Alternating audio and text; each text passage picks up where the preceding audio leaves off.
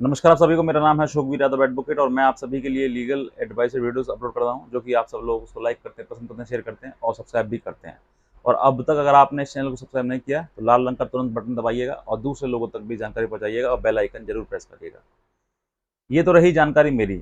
आज मैं आपको जो बताता हूँ कि एक हमारे ही क्लाइंट हैं, जिनके ऊपर जिनकी पत्नी ने सेक्शन 498A, 323, 504, 506 और 307 यानी कि अटेम्प्ट टू मर्डर के साथ में उनके खिलाफ एफआईआर दर्ज करा दी, जो कि दिल्ली के रहने वाले हैं।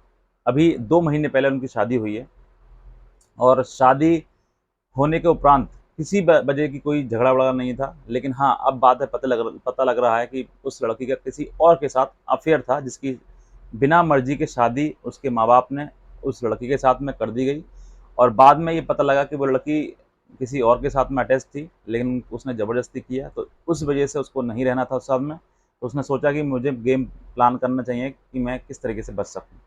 तो उसने बताया कि मुझे जहरीला मतलब पदार्थ दिया कोल्ड ड्रिंक में मिला के, जिससे कि मेरी हालत बिगड़ गई और मुझे दहेज के लिए प्रताड़ित करते हैं, मेरे मेरे साथ मारपीट करते हैं, मुझे मारते पीटते हैं, दहेज के लिए प्रताड़ित करते हैं और मुझे नशीले पदार्थ में एक जहर नाम का चीज़ को दे दी। हालाँकि बताया गया था हमें अब ये चीज़ बात की बातें, ट्रायल की बातें कि क्या होता है सामने, लेकिन हाँ, जो हमारे क्लाइंट के द्वारा जो हमें बताया गया है वो ये है कि पत्नी की तबीयत खराब थी, कुछ दिनों से बुखार चल रहा था क्योंकि घर में टेंशन का माहौल था। जिस वजह से उसने जो घर में जो डिस्प्रिन होती है, उस डिस्प्रिन की गुस्से में आकर 2 टैबलेट उसने ले ली थी, जिसकी वजह से जो है वो उसका शरीर जो है ठंडा हो गया और इसकी इस वजह से उसको हॉस्पिटल में एडमिट कराना पड़ा। गुस्सा लड़की का उतारा किस पे गया? पति और पति के परिवार पर, और उसी चीज़ को बताया गया कि मुझे कोल्ड ड्रिंक में जहर मिलाकर दिया गया और मुझे मारने की कोशिश करी। जिसको मारने की कोशिश करते तो उसको मार ही नहीं देते, मारने की कोशिश क्यों करते? तो ये घटना बताते हुए इनके ऊपर एफआईआर दर्ज हुई 307 में, 407 मतलब आईपीसी, जो कि अटेम्प्ट टू मर्डर है। अपने आप में अभी तक 498 था, 498 में कोई मतलब ज़्यादा हीनियस ऑफेंस नहीं था, लेकिन जहाँ 307 जुड़ जाती है आईपीसी के तहत धारा, वहाँ पर हीनियस ऑफेंस हो जाता है, यानी कि अपराध गंभीर प्रकृति का हो जाता है, जिसमें कि जमानत होना मुश्किल ही नहीं, बहुत ज़्यादा मुश्किल हो जाता है। नामुमकिन तो नहीं है, लेकिन बहुत ज़्यादा मुश्किल हो जाता है। तो जमानत के लिए अब वो लोग भागे-भागे फिर रहे हैं कि सर हमारे घर ऊपर एफआईआर हो गई है और 307 में हुई है, 307 में हुई है। तो अब इनसे सर बचना कैसे? पुलिस हमें ढूँढ रही है और हमें गिरफ्तार करने के लिए ढूँढ रही है। तो मैंने कहा आप बेफ़िक्र रहिए, निश्चिंत रहिए, आप टेंशन मत लीजिए और इसको हम एंटीसिपेटरी बेल पहले लेंगे, ताकि पुलिस की अरेस्टिंग जो है वो ख़त्म हो जाए।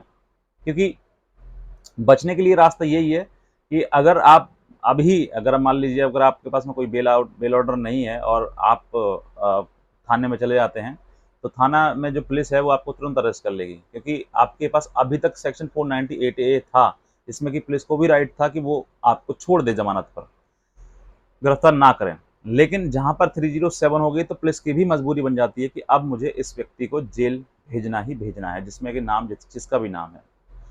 अब यहाँ पर अब उनको पता लगी कि अब बचना है, तो उन्होंने कहीं न कहीं से किसी न किसी प्रकार से उन्होंने हमसे संपर्क किया और उन्होंने बताया कि सर इस तरह की चीज़ें हैं। तो मैंने कहा बेफ़िक्र रहिए आप, आपको मैं एंटीसिपेटरी हम देते हैं, जिसमें ये पूरी घटना मनगढ़ंत बनाई गई है।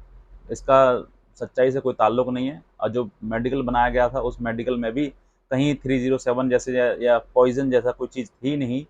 उसमें टैबलेट वगैरह बताए थे, वोमिटिंग वगैरह में टैबलेट आई थी, गोली आई थी, लेकिन उसमें ऐसा कुछ नहीं लिखा हुआ था कि इसको कोई पॉइज़न या ज़हर दिया गया है। तो उसी के आधार पर हम कोर्ट में गए, सेशन कोर्ट में गए और वहाँ पर हमने एंटीसिपेटरी डाला, एंटीसिपेटरी बेल के लिए अप्लाई किया और बेल की सुनवाई जब हुई तो मैंने सब कुछ उनको बताया जज साहब को कि इस तरह की चीज़ें हैं। तो उन्होंने सुनते हुए उन्होंने कहा कि चलो ठीक है, आप इन्वेस्टिगेशन में थोड़ा साथ देना और इन्वेस्टिगेशन में साथ देते-देते जो चीज़ें आपसे पूछी जाती हैं, आप उसमें कोऑपरेट करेंगे। मैंने कहा ठीक है सर, और ज़मानती वगैरह भी हमने देने के लिए कोर्ट से कह दिया था और उसके बाद जो है कोर्ट ने एंटीसिपेटरी बेल अलाउ कर दी। अब जो है अब चीज़ें बताता हूँ आपके लिए कि अभी तक ये एफआईआर दर्ज हुई है और एफआईआर दर्ज होने के बाद जो है अब हमें एंटीसिपेटरी बेल मिल गई है। अब हमें पुलिस से कोई डर नहीं है।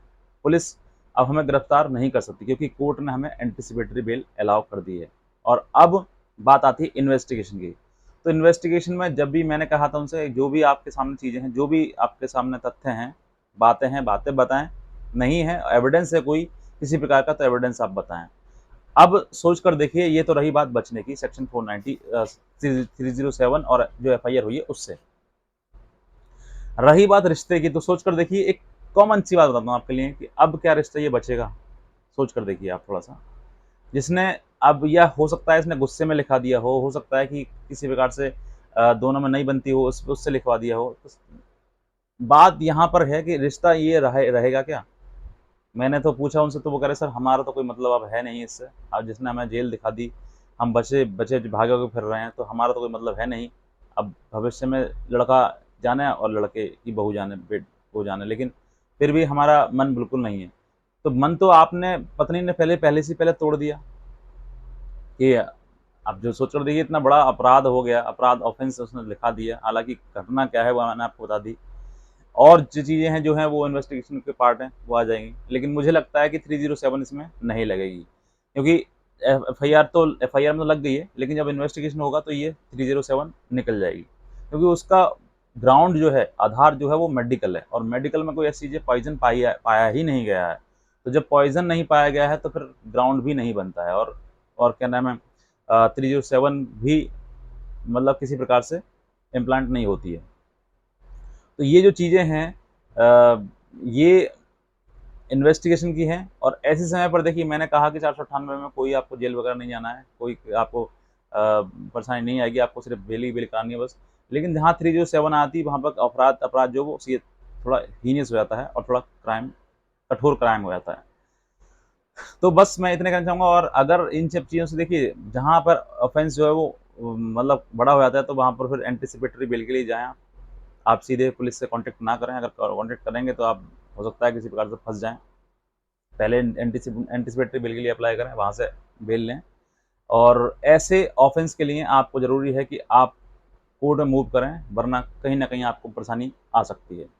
तो बस मैं इतना कहना चाहूँगा, और ये चीज़ें किसी के साथ भी हो सकती हैं, हर घर में परिवार में बहू है, बेटी है, तो इन सब चीज़ों को सिखाएँ कि भई ऐसा किसी समय ना करें, अगर ऐसा करते हैं तो घर परिवार तो बिल्कुल टूटना ही टूटना है। बहुत मुश्किल हो सकता है कि इस तरह की होने के बाद भी अगर जुड़ जाए तो। तो बस मैं इतना कहना चाहूँगा, और अगर आपको कोई भी जानकारी चाहिए हमसे, तो हमारे दिए हुए नंबर पर कॉल भी कर सकते हैं, हमारी लीगल एडवाइस भी ले सकते हैं, लेकिन उसके लिए हमारी एडवाइस वो चार्जेबल है। तो बस मैं इतना कहना चाहूँगा, नीचे लाल रंग का बटन दबाइएगा, लाइक करिएगा और बेल आइकन भी प्रेस करिएगा। बस आज का वीडियो देखने के लिए आप सभी बहुत धन्यवाद।